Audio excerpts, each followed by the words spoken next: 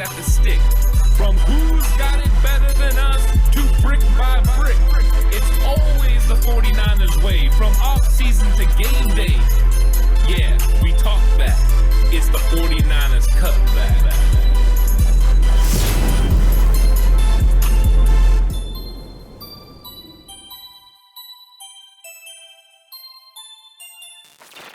It's 49ers Cutback Podcast time. Welcome to the 49ers news episode. There's going to be a lot of stuff to talk about because the 49ers did advance this week up. So Tuesday, a lot of news came out. True. Wednesday's the normal day. They're back at it. So today would be the normal week, but it's not a normal week. They're playing on Saturday. So everything's moved up a little bit, and there's a lot to get into. Just a smidge, smidgen of a little bit. And that means content is also going to get pushed up a little bit. So a little bit of an update on the content schedule and release. You're going to get a daily video on Thursday like you normally do. A normal news recap update of Wednesday and everything that happened. But you're also going to get the game preview show on Thursday at 2 o'clock. And then we're going to go into the live stream. And then you're going to get a typical Friday Frenzy with 4 videos. The only difference will be is that the 11 a.m. video, instead of it being the game preview show, it will be the game plan video. So you'll have a nice, wonderful Madden simulation. You'll have a wonderful game plan video to enjoy on Friday, going into What's Good with Jay in the Bay. And then obviously know your opponent to finish out the day, and lots of glorious content to get you ready for the 49ers at Lambeau Field against the Green Bay Packers Saturday night. It's going to be a lot of fun. It's going to be good stuff. And then obviously the reaction show afterwards. So, I mean, look, content gets pushed up a little bit this week, but same amount of content that you normally get, just one less day. Yeah, so I That's mean, nice. it's a win-win, right? It is. It would be a real win-win-win if the 49ers get it done against Green Bay. And the one way they're going to get it done is if they get their players out there on the field. And there were some big questions coming out of the game this past week because 2 of the biggest guns on the 49ers roster went down, and that was Fred Warner and Nick Bosa. The update on Nick Bosa, Alex, is just he's still in concussion protocol. And, I mean, this is something that I think we all figured was going to happen. You're going to be on a wait and see. It's going to come down to the wire more than likely about him getting cleared. Not having that extra day, not having the game be on Sunday, but on Saturday could be a detriment here. We're still hopeful, so we're still being optimistic about Nick Bosa's chances to be back. With Fred Warner, he talked about this injury a little bit, and the media was a little bit confused the same way we were about why he missed the football game initially. And I know it got cleared up, or actually I think I was the one that was confused, but it got cleared up, and it was the hamstring that held him out of Seattle. The ankle he actually played through. He got hurt against Cincinnati with an ankle injury, and he was able to tape it up, play through it, didn't miss any time, and he re-aggravated that injury this time. Said it hurt a little bit more when it happened, but he's optimistic because he's still being able to do the things that he wants to do. So it's looking like we're going to get Fred Warner for sure out there, and then we're on a wait and see with Nick Bosa. Which is about what I thought we'd be coming out of Tuesday. I mean, I figured that was going to be the information we had. Bosa still in protocol, Fred trending towards playing, and Fred getting in limited practice on Tuesday is a good thing. It's not a bad thing. It'd be a bad thing if he was a DNP or, was no contact or anything like that. If he was having to work on a side field, you'd be a little bit more concerned about Fred, but the fact that he gets limited practice in and he's able to do the things he wants to do right now and that the coaching staff needs him to do on Tuesday heading into a Saturday game means you're in a good spot. Fred is right now, for Fred, it's not about the physical stuff throughout the week. It's the mental. As long as he's able to get those mental reps in, understand the game plan, and understand what is being asked of him and what he needs to be able to go out and execute, he has time to get his body ready to be able to go do those things. I'm not worried about that. So they're going to have a plan in place for Fred. We'll see how it gets executed throughout the week, and we'll see how his body responds.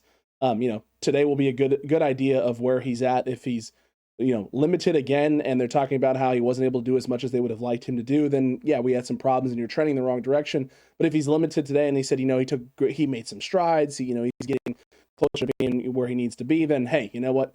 The Niners are in a sound position with Fred Warner, and you like to see that. And I'm hoping that's what we're gonna get out of this Wednesday practice, right? I don't expect a full participant Fred Warner in any practice this week. Just keep moving towards being in the right spot to be able to go out and play dang near 100% on Saturday. And the problem is we're probably not going to get an update, for Thursday's video. We're probably not going to know, what tomorrow's video is going to look like because you're not going to hear from Kyle Shanahan and John Lynch, which means unless John Lynch decides to jump on KNBR, you're not going to find out what the injury is going to be. So you're going to need to be here for the live stream that happens Thursday night so we can update you because that's when the 49ers are going to put out, I'm sure, their practice report. Who's going to be listed on what. We'll see who's questionable and who's doubtful and all that good stuff. But Alex, do you have any worries about this 49ers linebacker group, knowing that all three linebackers were limited in practice, and Marcell Harris is still limited in practice with Achilles tendonitis? Are you worried about the 49ers linebacker position? No, because I think you and I both know at this point you're trying to maintain. It's maintenance for all these guys. Yeah. As the Green Bay Packers and LaFleur would call it, it's load management, right? This is what they talk about in the NBA all the time. They're doing this right now with Bakhtiari as well in practice. He's 100%, he's healthy, but they're just trying to make sure that he can get through the week and get to the game when you need him most. That's what you're trying to do right now with this linebacking core, and because each guy's been dealing with a little bit of something, if they don't have to go full in practice right now, then don't. They're all going to have different moments where they can do different things, and you can have them out there to give looks, show certain things, but you don't necessarily need it. You don't need 100% of it all the time from these guys, and it is what it is. I'm just happy to see that we have them all available for some amount of time, even if it's just a little bit. We'll see what happens, but Fred even had a comment yesterday, He talked about how he's feeling very confident right now because the MRI results came back and looked great. He feels he can do a lot of things, and so he has confidence, and those things are giving him confidence. He talked about kind of how it happened. He said it kind of just changed direction. My cleat got stuck in the ground, in the turf, ankle folded underneath, similar how it happened in Cincinnati, and it was just pain after that. Turf. Yeah. You and I have talked about this a lot. Is this something the NFL is going to start looking into, is maybe making a change at a lot of these stadiums, even though they're indoors? Look, the Raiders have figured it out there. In Vegas, they have the grass stuff that they bring in and out, and it maybe costs more maintenance-wise, but if it's better for long-term player health, are we going to see the end of turf fields here in sometime in the near future, you think? I don't think so, and the reason is you didn't see as many catastrophic injuries that you saw last year. That's true.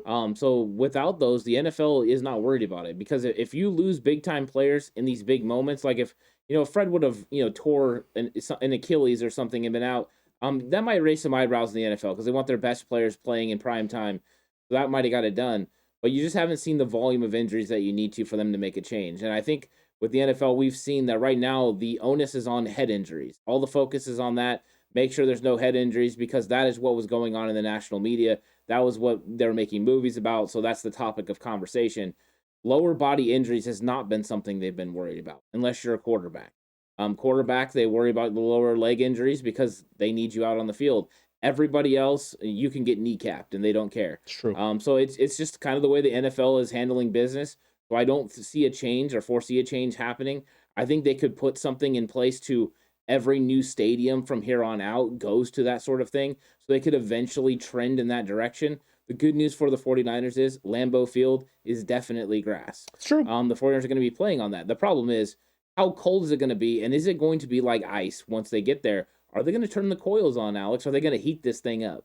I don't know. We'll see what's going to happen. I did see some people talking about how the cold would be good for someone like Fred and what he's dealing with, and Jimmy and what he's dealing with, because it could numb.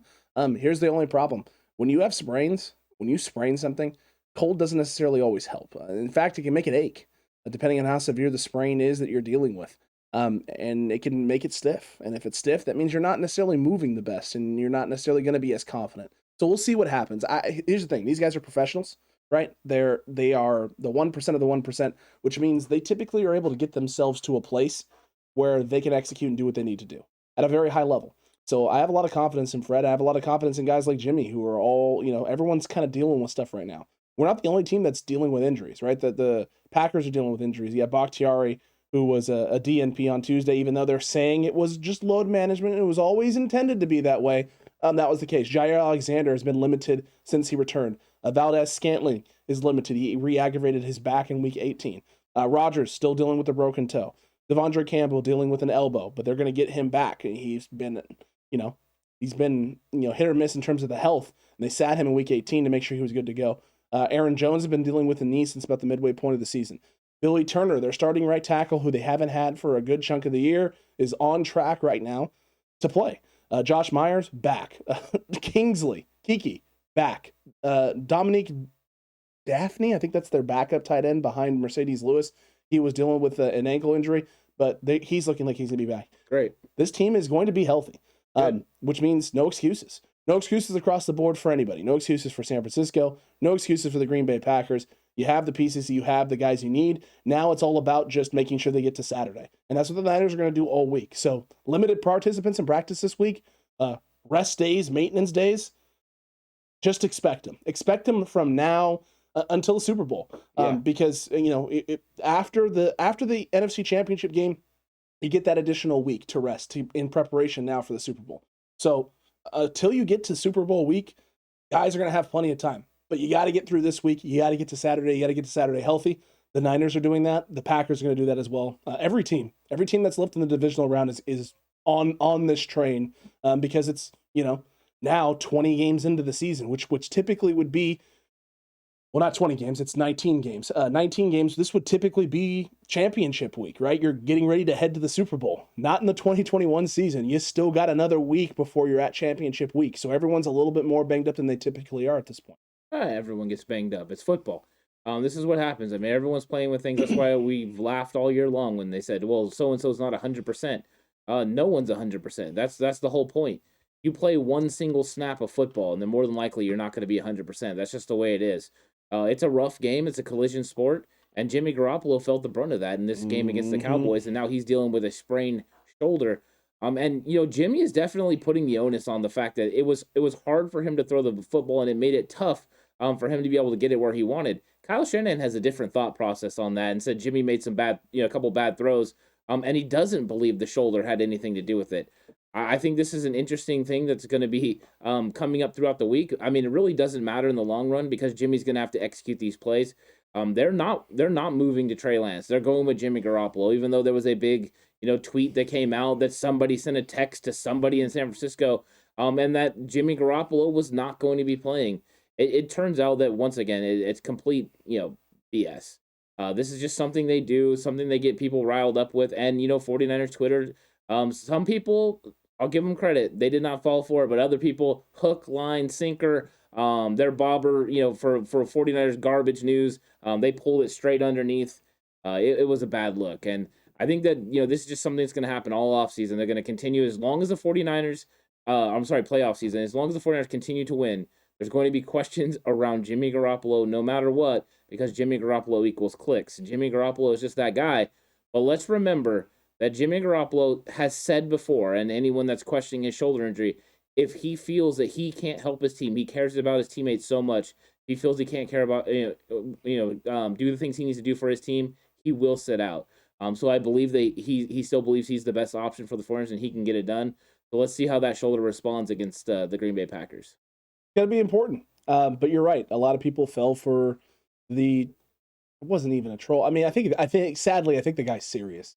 Yeah. I think he is serious. The worst part about that tweet, Ant, he literally sends out, I sent a text to someone in San Francisco, someone in the city of San Francisco, someone in the San Francisco's 49ers front office, someone who knows somebody in San Francisco. He didn't clarify. And when people asked, Ant, there was no clarification either in terms of... intentionally vague. Intentionally vague. I put out a nice tweet after that says, I have also sent a text to someone in San Francisco and said, hey, any updates on Jimmy G and how he's doing? And they said, who the F is Jimmy G? And I said, well, it's confirmed. Jimmy Garoppolo has been cut by the 49ers. Based on that logic, That's what we can go with here. This is the kind of nonsense that if this is what you're waiting to hear for as a fan base or as fans, then you're going to miss out and not be able to enjoy the things that this football team does. And I think you and I have a great understanding that Jimmy Garoppolo is a team-first guy. The team comes first. And he has continued to show that this week. His comments this week as well and yesterday about, his shoulder. He says, right now I'm feeling good. We'll see how it goes throughout the week. And he talked about how, with a shoulder sprain on your throwing shoulder, it's going to affect every throw. He goes, but that's not an excuse. I have to be able to go out and make the plays that I normally make. The injury is what it is. Everyone is dealing with stuff right now. So it cannot be the reason why he can't go do his job. And if it is the reason why he can't go do his job, then you're right. And I think Jimmy knows this. Kyle knows this. Trey knows this as well. Trey would be the guy. Trey will be the guy. But that's not what's happening right now because Kyle Shanahan wants Trey Lance to let it rip while imitating Aaron Rodgers all week in practice. And Kyle coming out and saying this and making this the storyline makes me think, it doesn't give me any pause about who the starting quarterback is this week. It's Jimmy Garoppolo, And Trey Lance is going to be taking his snaps and preparing like he normally prepares in case something happens to Jimmy, but is going to go give the defense the best look that he can possibly give them all week long. Yeah, that's his job. I mean, that's part of the reason, that when he was a possible starter, that they brought in somebody to play on the practice squad so they could handle those reps for him and handle those snaps. He's going to go out there and let it rip and take chances, and that's what he wants. He wants to put this defense in precarious situations and see if they can overcome, because that's what Aaron Rodgers does. Aaron Rodgers, I mean, with one little flip of the hip and then the arm goes flying through, can make some of the most impressive throws that you've ever seen. He's a tremendous talent, tremendous player, and Trey Lance is going to be tasked with being Aaron Rodgers at practice. And this will probably help the 49ers be the most prepared they've ever been for Aaron, because it's hard to duplicate that kind of arm strength and that kind of ability unless you have someone like Trey Lance that can do that. So this is going to be, good for the players. But, I mean, really when it comes down to it, those are more like 7-on-7 situations, because Kyle's already said, right, they've completely winded down these practices. They're going to be nice and easy. They're going to be more, go through things, make sure they're in the right spots. But he knows it's all about recovery. When you've played the two tough games, the game against the Rams and the game against the Cowboys, there's no rest for the wicked. You've got to be, get comfortable and get ready to go, because you got to go light it up against the number one seed in the NFC in their home field. It's gonna be everything that they can handle. Let's see if the 49ers can get it done. But Trey Lance is going to be a pivotal part of that. It's just, getting those practice reps for defense. Yes, practice reps do matter. They matter a lot. Yeah, they matter a lot, and it is right now. It is about that balance of reps on the field right now during practice and rest. It's a combination of those things. I remember my very first stint in the playoffs, that first round playoff game. It was all about. I mean, I literally ran my team into the ground. It felt like that week, and we went hard. We full court more than we had all season, because. As you know, when I was coaching, I didn't have full court practices for the full 2 hours I was sharing with the other team at our school. They didn't, they were on the road. I think their first playoff game they played early in the week, so we had 2 full days where we could have ran full court practices, and I did. That first playoff game, we came out and were sluggish. Long season, played a lot of games, and we were prepared, but we were sluggish, and I had to kind of adapt the game plan accordingly, and then we ended up rolling in that playoff game. And I had to take a pause and look at myself and be like, what are you doing? You've played 20-plus games. The type and the style of basketball that I was trying to have these guys play was not like other teams that we played. It wasn't like a lot of other people. It was a lot of tax. It is taxing on the body. And we only had 7 or 8 guys that we rotated in. So it was one of those things where it's like, all right, we got to take a step back. And I had to learn that quickly as a coach. Kyle has learned that long ago and understands that right now, which is why this team has been, for the most part, fairly healthy this season. And it's why they've, gone to these maintenance days more and more frequently the last few years. So yeah, I expect them to get these guys healthy, ready to go. Not put them obviously in bad situations, but give them at least enough reps and opportunities throughout the week so they feel extremely comfortable with the game plan. And that's going to be very important for a guy like Ambry Thomas, who is dealing with apparently what is some sort of bone bruise with a knee that he sustained against the Dallas Cowboys. I didn't notice it. You didn't notice it. Apparently, Ambry didn't notice it. The Niners didn't notice it, because this is new information that is coming out from Tuesday practice. Are you worried at all about Ambry Thomas and this bone bruise with his knee? No. Ambry Thomas is a gamer. Ambry Thomas is a tough guy. Is a guy that's overcome some obstacles in his life physically. When you've dealt with that kind of thing and you've been in that mental space, you can compartmentalize. Boom. Thank you. You're helping me. People helping people. I needed that today. You definitely, that's what he's doing with this situation. He's putting that thing, in his mind. He knows that it's there, but he's got to go out and get past it. And the 49ers need Ambry Thomas because he's stabilized the secondary. You had great play coming from the safety position. You've had Emmanuel Mosley come back in week 18. And since then, with Ambry Thomas playing over there and getting those unique and great reps, he's been doing a good job, and he did a very good job against a very talented Cowboys team, and you're going to need that because you're going to have Devontae Adams, lining up on him sometimes. So he's going to have to go out there and give his best effort. I believe he can get through this. As someone who's had a bone bruise, it's not easy, for sure. It's definitely painful. I don't know the extent of his, but I'm guessing he's going to go out there and give it everything he's got. I think there's no way he doesn't play in this game, but hey, maybe I'm wrong. But I'm going to go on a limb and say he's out there playing and he's starting in this playoff game. He does not want to miss. I mean, he's not. I don't think he's going to miss it. There's no way There's almost no way that I see this happening, barring something happening in practice this week that aggravates this thing, gets it to a point where he's got limited mobility. And as of right now, from what I'm hearing and what we've heard, it's not a limited mobility issue, it's soreness. Okay. NFL players are sore all the time. Yeah. I'm sore sometimes after watching NFL games because of the beating that they take, on their bodies. They're going to be sore. It is what it is. I'm really not that worried about Ambry Thomas's health right now. It's more about just Ambry Thomas's mental space and can he go out and be the guy he needs to be. He's shown he can. He's shown the development. I did enjoy, I believe it was David Bonilla, he wrote something on 49ers webzone about Ambry Thomas's play. And one of the lines in there was, the cornerback is showing fans why you shouldn't be quick to write off a young player, because a lot of people were throwing the bus tag out there and a lot of people were concerned. I'm kind of surprised that anyone threw the bus tag out there. There were people that were. I saw it. Yeah, but we threw the wait and see, right? That he was a developmental player. That's what that was going to need time to develop. I mean, and then when you really get into kind of like the things that he's gone through, it all makes sense, right? The whole timeline works. The colitis stuff before, yeah, exactly. the sitting out the 2020 campaign. Yeah, and then of COVID, all the COVID issues. He talks about mentally he wasn't really all the way in yet. And then when he finally locked in, that's when he started, taking those steps.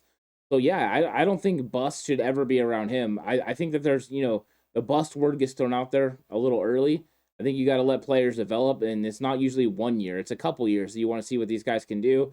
Because you never know when that light bulb's going to come on and those guys are going to figure it out. And also 1 year is just 1 year, right? Especially for a rookie. 6 games is just 6 games. Ambry's young. He's young. He's got a lot of time, man. He's got a lot of time. And a lot of things can change and a lot of things can happen. This is why we've said what we've said about Javon Kinlaw. It's way too early to put him in any sort of category or boat. This next year, 2022 is the year. The upcoming year is the one that is going to make the decision, and it's all going to come down to health. And his ability to be able to practice and develop, because as of right now, he hasn't had those opportunities because he hasn't been healthy. So if he's able to get a full offseason in, he's able to be healthy, and he's able to stay healthy, in theory, based on everything we've seen from pretty much every other defensive lineman that Chris Kaserga's gotten his hands on, in theory, Javon Kinlaw should blow up this next upcoming season. But he's got to be healthy, and he's got to have that opportunity to be able to develop. I mean, you watched the Week 3 game, right, against the Packers. You rewatched it. Yes. I did as well. The difference between the defensive line against Green Bay in that game and the defensive line that we've been seeing over the last few weeks is a stark comparison. It's night oh and day. My gosh, it is so much different. It's so better. is so much better. It's so much better than 2019. I told you, I went back, I watched the 2019 game. The 2019, the pass rush is just phenomenal. I mean, I can't say anything about the pass rush or even try and compare right now what's going on with that pass rush, because that pass rush was just, it's just so beautiful to watch. But in the run game in 2019, the Niners start off that game, the 2019 playoff game, 5 down linemen. They walk Azeez Al-Shaair down and put 5 to try and slow down the run game early in that football game. Yeah. We have not seen the Niners even attempt it. They don't even think about it. Yeah. It is 4, because that is all you need is 4. You just need those 4 guys out there executing, doing their job. And right now they are. Bosa, yes. Armstead, yes. DJ, yes. Ebukam, yes. But you want to throw Charles Omenihu out there? Still yes. You want to put Jordan Willis out there? Still a yes. Kentavious Street? Still a yes. Kevin Givens? Still a yes. It's just yeses across the board. Yeah. And it's crazy. It is crazy that the Niners can throw out these different guys, and it feels like it's pretty much the same. I think the fact that against Dallas, and Dallas had a pretty good offensive line, the 49ers were able to continue their dominance with the pass rush after Nick Bosa's out of the game. That's still... And it used to be, right, 2019 without D Ford, the defense took a little bit of a different turn. Yeah, Nick Bosa was still Nick Bosa. Mm-hmm. And of course he's going to be a better player in year 3. Sacks in 2019 for the San Francisco 49ers in the regular season, 48. Sacks for the San Francisco 49ers in 2021, regular season, 48. I know there's an extra game, but to think about that, no DeForest Buckner, no D Ford, and yet you still are getting the same sort of sack, production, means this defensive line has definitely, gelled as the season went on. And it makes me excited about the potential, because I believe there's been so much growth on the defensive side of the ball. And it starts all the way from Demeco Ryans, to this defensive line, to the linebacker group, because you don't have Dre Greenlaw when you play the Green Bay Packers last time. It's true. You're playing at first it's Emmanuel Mosley and Josh Norman, then Norman gets hurt, and then it's not even Emmanuel. It's not even Emmanuel Mosley. No, and Deommodore Lenoir was playing the slot until Norman got hurt, and then Dante Johnson came in. We had all kinds of injuries in that secondary. You had extended snaps for Talanoa Hufanga because Tart is still trying to get healthy. That is a different defense entirely than we see right now. Now, Green Bay, I'm sure, has made a lot of improvements on offense as well. And they're healthy. Yeah. They are healthy now and have the pieces that they need as well. This is definitely not the same game that we saw week 3 that came down to 2 points. Both of these football teams are better. Which one has got that much better? Great coaching, great development by the players. It's exciting because it's day and night. You go back and watch, anyone that goes back and watch that game, you try to tell me that San Francisco 49ers is the same San Francisco 49ers you see right now. You just can't. It's crazy different. By the way, too, Trey Sermon needs to not touch the football. I watched that game. I watched that game back, and I know a lot of people, you just give him a chance, give him an opportunity. I saw them running an outside kind of stretch sweep that they've run with Elijah Mitchell. And there's a guy that kind of breaks through early on Alex Mack and takes an angle. And, Trey Sermon is trying to get around. And Elijah Mitchell is a step or two in front of Trey Sermon if it's Elijah Mitchell in that situation, which means he's able to cut up inside of the block that he's not able to cut up inside because Trey Sermon is a step or two slow. And that play is probably a 20-yard gain. Trey Sermon ends up getting brought down in the backfield for like a 4-yard loss. If it's Elijah Mitchell or Deebo Samuel that's carrying that rock, it's a 25-yard gain. Well, and Deebo Samuel wasn't involved in the run game like that. No, he had I think he had two carries, but they weren't from the backfield. They were like in other ways. Yes. And I think that's another pivotal part. But you got to remember too. I mean, Trey Sermon's a rookie, and he needs time because the second half looks a lot better. Well, they also had no choice. The backup running back was Kerryon Johnson and Trenton Cannon. And at one point, and I literally, you see them bring motion Deebo Samuel in the backfield, run a ghost motion with him, and then they hand the ball in the interior to Kyle Juszczyk. Yeah. And it's like, listen, I love Kyle Juszczyk. You know what I don't really like from Kyle Juszczyk? Being your main running back. I don't like that. If I need Kyle Juszczyk to get a yard, I like that. I want Kyle Juszczyk running routes, 100%. Do I want Kyle Juszczyk being the main back carrying the rock? Another huge trend for the 49ers, it seems, is more 3 wide receiver sets than we've ever seen. Yep.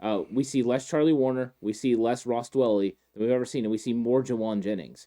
And that is something they've went to as the season's progressed. That means you're going to get defenses in more nickel. Is that a good situation for Green Bay's run defense going against the 49ers when they're sitting in the nickel? Nope. Yeah. Listen, though, the Green Bay Packers, I will tip my hat to LaFleur and your D coordinator there. They have completely adjusted from that 2019 game. Completely adjusted. We saw a lot of 5 and 6 down linemen in that 2019 game, the 2019 playoff game. But they were running literally their linebackers or their 2 linebackers at times, almost 8 yards off the ball in the 2019. It was crazy how deep their linebacker core was playing in that game when the Niners ran all over them, and they kept 2 deep safeties no matter what. Now, your linebackers are 4 to 5 yards off the line of scrimmage. Your safeties are the deepest guys at 10, sometimes even closer than that. It is literally like a self-contained dome is what their defense looks like against the 49ers. They keep everybody really close. They want to keep all 11 guys somewhat involved in the run game if they possibly can against the 49ers. That could be a recipe for disaster with Elijah Mitchell and Deebo Samuel now involved in the run game as heavily as they are, and Elijah Mitchell being healthy and Deebo being, basically one of the top 2 running backs in all of football at the moment is what it feels like. If these guys don't take the right angles, if your O-line is able to execute up front and win matchups and get to second level and clean up linebackers, Green Bay could be in for a long day. It could be a big problem for them. Yeah, I mean, it's going to be some fun matchups. I'm looking forward to getting into all the matchups with the 49ers against the Green Bay Packers this week because Absolutely. There's some cool stuff. And I think this game is going to come down to the wire. These are 2 very well-built teams, and good coaches as well, good coaching staffs. So let's see what happens when these guys line up against each other. I'm excited about it. And you're right. The way that LaFleur played against Kyle Shanahan was different than Kyle Shanahan was used to seeing. And that worked until Trenton Cannon returned that kick into the second quarter. All of a sudden, 49ers get points on a Trey Lance touchdown run on 4th and 1 at the goal line. And then after that, it was like boom, boom, boom. Great offense minus the Jimmy Garoppolo whirl ass fumble thing. I don't even know what to call it. That was a huge moment in that game. And really, the 49ers come back from that. Jimmy comes back from that and gets the lead. It's one of those things where I think the 49ers are a good enough football team to beat Green Bay. I don't think that there is a huge gap between the two. So that means 1-6. The 49ers are like right in the mix, right? It's one play. Yeah. It's just one play. And it could have been the Jimmy Garoppolo twirl. It could have been the Devontae Adams touchdown on the first drive where he throws back shoulder with Emmanuel Mosley, by the way, playing incredible coverage. Yeah. It still just doesn't matter because it's Devontae Adams. It's just one play. You just need one play to go a different direction. So it could be on defense. It could be on offense. I'd prefer it just be both, because if you get both of those plays, you get that one play back defensively and you're able to get one play back offensively, you're talking about a situation where the Niners late in a football game could have a 2-score lead. And that's a good thing for the 49ers. I think what's good for the 49ers, too, is they did not play well running the football. The rush game was not good against Green Bay in the first game. No. And yet they lost by 2 points. That's a stark comparison to what it is now. This offense is going to be dominant in the run area. And if it's not dominant, it means Green Bay has committed a lot of players. Which means you got to have success in the back. We're going to have to have success other places. So I think it is a little bit of a different matchup. And, I mean, Green Bay was definitely helped by the fact that there was no Elijah Mitchell, that Deebo Samuel wasn't involved in this run game. The 49ers were still trying to figure out how to adjust from Raheem Mostert being out. True. And Green Bay took advantage of it. Early in that game, LaFleur definitely had the upper hand. Later in the game, here came Kyle Shanahan, Jimmy Garoppolo, and the 49ers. Let's see what we get for an encore. I mean, the only thing better than getting an exciting game like that is getting even in a better exciting game in the divisional playoff. What's better than the 49ers walking into Lambeau Field like they have done? 90s reincarnated. Dallas, now Green Bay. Can the 49ers exercise some demons? Or can Aaron Rodgers exercise some demons? Because he's 0-3 against the San Francisco 49ers in the playoffs. Look, he's going to be very motivated. LaFleur is going to be very motivated. The Niners are going to be very motivated. Everyone has a reason to come out and put your best foot forward and put together your best game, which means to me is you're going to probably get that. You're going to get the best game from the Green Bay Packers that you can possibly get. You're going to get the best game from the 49ers, and that means fireworks. If you're the league, this is why this game is on Saturday night. You put the Sunday game, you got Bills Chiefs Sunday night. What else could it be other than Bills Chiefs? It has to be 49ers Packers. I mean, it could be 49ers Packers, but Bills Chiefs just feels like right. It seems like a big time game. It's just a huge game. It's a huge moment. It's Josh Allen who's literally feels like carrying the bigger name quarterbacks for sure. Of course. Well, Jimmy. It's because it's Jimmy Garoppolo, right? It's because it's Jimmy Garoppolo. If it was just 2019, they would be hyping Jimmy Garoppolo. Oh, if this was 2019, this game would be on Sunday night. Yeah. This would be the biggest game. Did you see any of the things about Rappaport, and some of them are saying that there's going to be a big trade market for Jimmy Garoppolo? Of course there is. In fact, the Washington football team is somebody that's already been thrown out there. We said this leading up to the draft last year that it was a team that probably made the most sense. Yeah. Right? Built on your running game, defense that's built eerily similar to San Francisco. Yeah. It makes sense for him to go there. The only other thing is, Alex, you have these two coordinators that are having their interviews. True. You know if Demeco Ryans was to get hired by the Vikings, he would have Kirk Cousins. If Mike McDaniel was to be hired by Miami, would he be interested in trading draft capital that he just picked up? Could he not send the number, 20-something pick that the 49ers just gave up for Trey Lance back to San Francisco for Jimmy Garoppolo? 49ers get their pick back, and Mike McDaniel gets a veteran starting quarterback that can come in and run his offense. Except Kyle Shanahan's going to be like, I don't just want that. I want all of this team's future back. Well, he ain't getting it all back. You could get a first, maybe another piece. Maybe there's a defender or something that you want to get out of it. I think a first-round pick, I think he would do it to Mike McDaniel. He'd do it to the Dolphins. It's the Niners' original pick. The value in the 20s would make sense, right? It's not exactly a high first-round pick. It's not a second-round pick. I think everyone can be happy with that if Mike McDaniel does leave. Jimmy Garoppolo. And then the 25th pick or whatever it ends up being, and the 31st pick or the 32nd pick. Who knows what it's going to be. I like that. And Jalen Phillips. We are not good at that. As much as I would love Jalen Phillips, that's not happening. Dang it! We will, however, though, get a compensatory pick, a third-rounder for McDaniel if he left. So you would kind of get a first and a third. I guess it's a fourth, theoretically, a compensatory between the third and fourth round. So that could work. But I'm just wondering, I don't want to lose McDaniel. I don't want to lose Demeco Ryans. I just thought, I was thinking about that. If he goes to the Dolphins, I don't think he's going to be sold on Tua Tagovailoa as a starting quarterback. I don't disagree with you there. Yeah. I don't think he'll be sold either. Are you getting worried about this? Like I'm getting worried. I'm getting worried about McDaniels and Ryans. It feels like one of them is going. I'm more worried about McDaniels than I'm at Ryans. For the only reason is it's an offensive league. And you've True. seen it. I mean, you have LaFleur, you have what's going on in Cincinnati with Zach. So it's like you look at all these offensive minds, and it's like that's the teams that are having success, right? I think the Chargers are maybe questioning whether they made the right move. You got a bunch of people wondering, should we just go offensive minds? To me, Mike McDaniel, being the kind of smart guy he is and so intelligent on the offensive side, he'd be very attractive to any NFL team. Is he going to interview well, though? Because Kyle said he's an acquired taste. His sense of humor, all of it, he's quirky. He's an acquired taste. Could you see Mike McDaniels going in there, being himself, being quirky, and an owner just being like, no, not doing this? Oh, 100%. And if somebody wants to go ahead and make a decision like that that's off a personal thing, like you don't understand their personality, I mean that could happen. That's bad business. I agree with you. That's not, you're not a smart guy, and that would make sense for the Dolphins to do that, considering they haven't been to a Super Bowl since 1984. Well, it seems like their GM right now has his head up his wazoo. Yeah, I don't know why anyone wouldn't want to hire these guys, but I hope no one hires them for this year. I'm being selfish because they both deserve it. Demeco Ryans will be an absolutely fantastic interviewer, by the way. He will be. This is why, see, you're not as worried about Demeco with the Vikings because the Vikings are coming off of Zimmer as a D coordinator. I actually am. I'm really, I don't really think they're worried. going defense.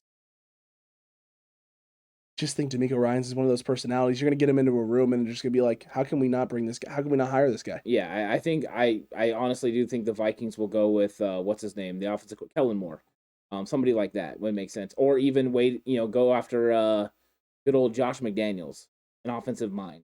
You think Josh is going to leave? I don't know. I mean, but he turned down the Colts job. I know. He thinks that eventually he's gonna take over that job. And the whole time, Steve Belichick's sitting there like, dude, I don't think Bill would do that. I don't think Kraft would do that either. Do what? Would hand it to Steve. Why? Because what makes you think Robert Kraft wouldn't do that? He's very handy. I mean, he is actually no. Is he handy or does he? I feel like he needs a hand. I didn't watch the videos. I feel like he's a big. I just don't understand. I mean, he's a fan of other hands. When is Bill actually going to retire? Because at that point, Steve could be very experienced. Could be. Why wouldn't Bill want to put his son in the best situation? But is he not gonna be? Is he gonna be not licking up his lips and the microphone on the sideline? I don't know. I don't know what he's gonna do. I mean, there you go, quirky, right? Quirky. I wouldn't say that that's quirky, but I wouldn't say it's quirky. I wouldn't say it's weird. But I mean, I think Demeco Ryans is deserving. I think he's gonna get extremely interviews. Deserving. But you don't know. I mean, Robert Saleh went through a couple years, right, where he had interviews and stuff, and nothing came out of it until he was just too good for too long. Demeco Ryans is a young coach. He's very respected, but he's only had 1 year as a coordinator, so he's not as experienced as some of the other ones. Mike McDaniel, that's another thing that could go his way. But I think Zach Taylor is the one that makes me think it's more of a possibility because he went from quality control to being a head football coach. Straight to a head football coach. It's impressive. It's worked out. At first, it didn't look good, but it's working out. No, and they made some questionable decisions in the draft, and Jamar Chase ends up being such a home run that it doesn't matter that you didn't go O-line because Joe Burrow is healthy and able to avoid rush and is able to make these throws with people in his face.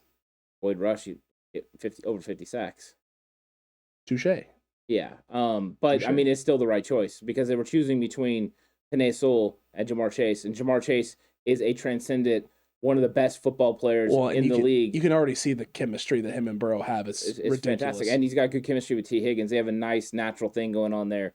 That's a definite good lineup and a good football coach who's making the right decisions. So I have no problems with that. But I do think offensive minds are valued more. I think that some of these other guys who are retreads are going to get more of a look though. Leslie Frazier, Dan Quinn, and then you got young guys like Kellen Moore. I believe they're gonna. I love that Dan Quinn's a retread. Well, he got fired. I know. Yeah. That's why he's a retread, but it's just funny. Funny to me. He's a good coach. I did see that you and I were laughing about this tweet a little bit earlier. Someone said, after the 49ers have beaten the Cowboys and Kyle Shanahan has slayed a Dan Quinn defense, I am now fully ready to absolve Kyle Shanahan of all issues relating to the Super Bowl where Atlanta Falcons gave it up. Something to keep an eye on is, what happens with Dan Quinn if he gets hired. There's also going to be defensive coordinator jobs out there.